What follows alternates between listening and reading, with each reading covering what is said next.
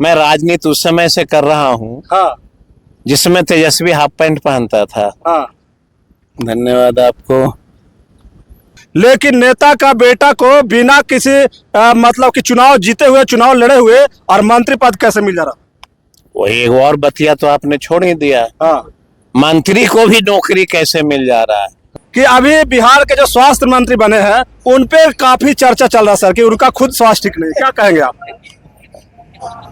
देखिए, ऐसा है कि हमारा वो जूनियर है। हाँ हम लोग एक एक कॉलेज में पढ़े हैं, हाँ। इसलिए बहुत ज्यादा हम टिप्पणी नहीं करेंगे। क्या नीट छात्रा के आरोपी जो है उनका इनकाउंटर होगा?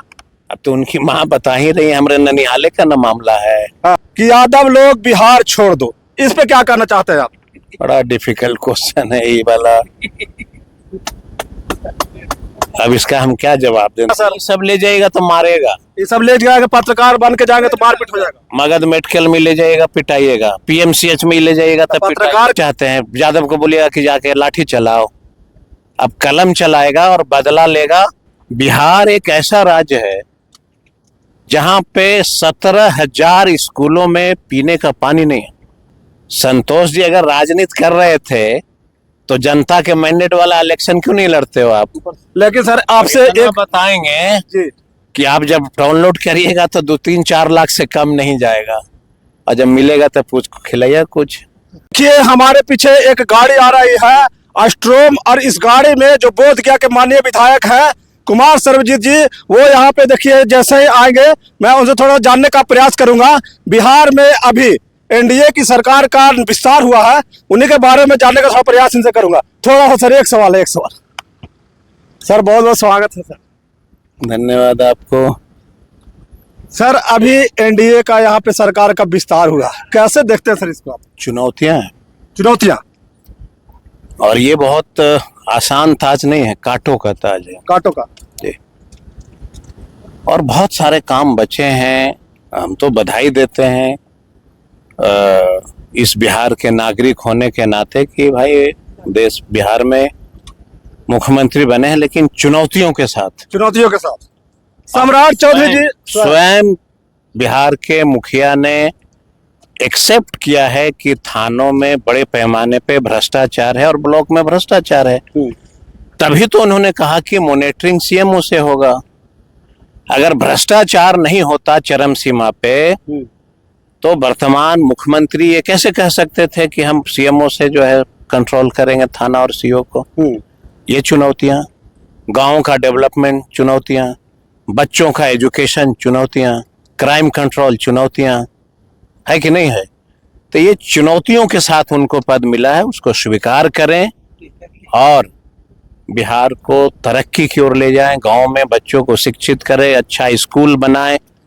बिहार एक ऐसा राज्य है जहां पे 17,000 स्कूलों में पीने का पानी नहीं है। 17,000 जिस स्कूल में, जहां पे जिस राज्य में पीने का पानी नहीं हो, वह बच्चा को आप कैसे कह सकते हैं कि अधिकारी और तुम्हारा बेटा दोनों एक साथ पढ़ेगा? ऐसा है संभव?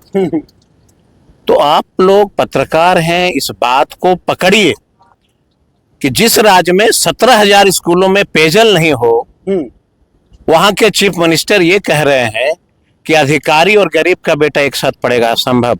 सर आप शिक्षा की बात किए, और नौकरी पाने के लिए 2 से 3-4 एग्जाम देने पड़ते हैं तब एक नौकरी मिलती है, लेकिन नेता का बेटा को बिना किसी मतलब कि चुनाव जीते हुए, चुनाव लड़े हुए और मंत्री पद कैसे मिल जा रहा? वही एक और बतिया तो आपने छोड़ ही दिया। हाँ। मंत्री को भी नौकरी कैसे मिल जा रहा है, ये पूछे आप। अशोक चौधरी को मिला कि नहीं प्रोफेसर का नौकरी, मंत्री रहते? हाँ। ये भी जोड़ना था आपको। हाँ। मंत्री को भी नौकरी मिल जा रहा है। और देखिए, अगर संवैधानिक पद पे कोई बैठा हुआ व्यक्ति, आप काउंट करो, हाँ। मुख्यमंत्री नीतीश जी के रीजन में उपेंद्र कुशवाहा जी का बेटा मंत्री बन गया। हाँ। प्रावधान है कि 6 महीना के अंदर कोई ना कोई आपको मेंबर बन जाना, मतलब सदन का। हाँ। 6 महीना बीत गए, हाँ। आप उस सदन का मंत्री नहीं बन पाए, उस सदन का सदस्य नहीं बन पाए, हाँ। और फिर दोबारा ओथ ले लिया। तो ये देश को और संविधान को इन लोग कहाँ ले जाना चाहते हैं? आप एक बार मंत्री बने ना, हाँ। लेकिन आप एमएलसी नहीं बन पाए, लेकिन सरकार की सारी सुविधा आपने प्राप्त कर लिया। सरकार की सारी सुविधा आपने प्राप्त कर लिया और नहीं बने फिर दोबारा ओथ ले लिया, तो ये नियम के विरुद्ध है कि नहीं है? फिर आपसे चर्चा करेंगे बैठ के डिटेल। एक सवाल अभी और और सर, जाने सर, दीजिए। एक सवाल जरूरी रह गया सर कि अभी बिहार के जो स्वास्थ्य मंत्री बने हैं उन पे काफी चर्चा चल रहा है सर कि उनका खुद स्वास्थ्य ठीक नहीं, क्या कहेंगे आप? देखिए ऐसा है कि हमारा वो जूनियर है, हाँ हम लोग एक कॉलेज में पढ़े हैं, हाँ इसलिए बहुत ज्यादा हम टिप्पणी नहीं करेंगे। क्योंकि जिस कॉलेज में मैं पढ़ा हूँ वहाँ सीनियर और जूनियर का बड़ा ख्याल रखा जाता है, हाँ लेकिन health are totally collapse. Totally collapse हो गया ना सर? यस, बिहार का जो हेल्थ डिपार्टमेंट है वो कोलैप्स कर गया। और अगर आपको मेरी बात की जानकारी सही में लेनी है तो चले जाइए मगध मेडिकल कॉलेज और एक कैमरा लगा लीजिए, वहाँ की हालात देख करके। अरे सर तो पत्रकारों साथ भी तो मारपीट हो जा रहा है सर, ये सब ले जाइएगा तो मारेगा, ये सब ले जाएगा पत्रकार बन के जाएंगे तो मारपीट हो जाएगा। मगध मेडिकल में ले जाइएगा पिटाइएगा, पीएमसीएच में ले जाइएगा तो पत्रकार कैसे पत्रकारिता करेगा फिर? आप पत्रकार का पत्रकारिता रह गया, छोड़िए उसे। अच्छा लास्ट सवाल है, सिर्फ एक सवाल का जवाब दे दीजिए। अच्छा लेना बाबू, सम्राट चौधरी जी अभी नए सीएम बने हैं और बिहार में इनकाउंटर चालू हो गया है, क्या नीट छात्रा के आरोपी जो है उनका इनकाउंटर होगा? अब तो उनकी माँ बता ही रही है, हमारे ननिहाले का ना मामला है। हाँ अब उनकी माँ बेचारा कितनी चीख चीख के कह रही हैं।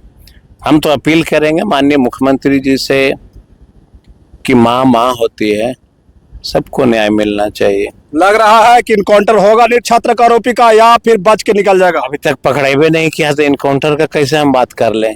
क्या लगता है कौन शामिल मैंने है? कहा कि बिहार के मुखिया को यह बात समझना पड़ेगा कि माँ माँ होती है, उसकी दर्द को समझो। और अगर पावर किसी भी व्यक्ति को मिलता है तो उसको न्याय के लिए यूटिलाइज करना चाहिए, बदले की भावना नहीं। इस धरती पर वही राजा जो है नाम कमाया है जिसने पावर का सदुपयोग नहीं किया, उपयोग किया। गरीब के न्याय की जो बात करता है वही तरक्की करता है। और बाकी अब कहा कि अब डिटेल बाद में बात करें। आरजेडी के विधायक आप हैं, लगातार कई वर्षों से आप जीत रहे हैं और आप कृषि मंत्री भी थे। अभी एक बयान आता है कि यादव लोग बिहार छोड़ दो, इस पे क्या कहना चाहते हैं आप? बड़ा डिफिकल्ट क्वेश्चन है ये वाला। अब इसका हम क्या जवाब देंगे बाद में। सर आप ही के पार्टी में यादव, ये मैंने छोड़ दिया है बिहार के उन तमाम यादव के ऊपर, दलितों के ऊपर, पिछड़ों के ऊपर, कि जो व्यक्ति रंग बदलता हो उसका जवाब जनता के हाथ में छोड़ दीजिए, देने दीजिए, तो फिर से आएगा समय। अब जैसे संतोष हमारे मित्र मंत्री ने कहा कि मैं राजनीति उस समय से कर रहा हूं हाँ जिसमें तेजस्वी हाफ पैंट पहनता था। हाँ मैं कहता हूं कि तेजस्वी और उनका परिवार उस समय से राजनीति कर रहा है जिस समय तुम्हारे पिताजी और तुमको अपनी कोई शक्ति नहीं थी अकेले चुनाव जीतने का, मुखिया का भी। वो तो लालू जी ने जिताया। एमएलसी पहली बार सदन का मुंह किसने दिखाया? हाँ उन्होंने ही ना। हाँ बिल्कुल।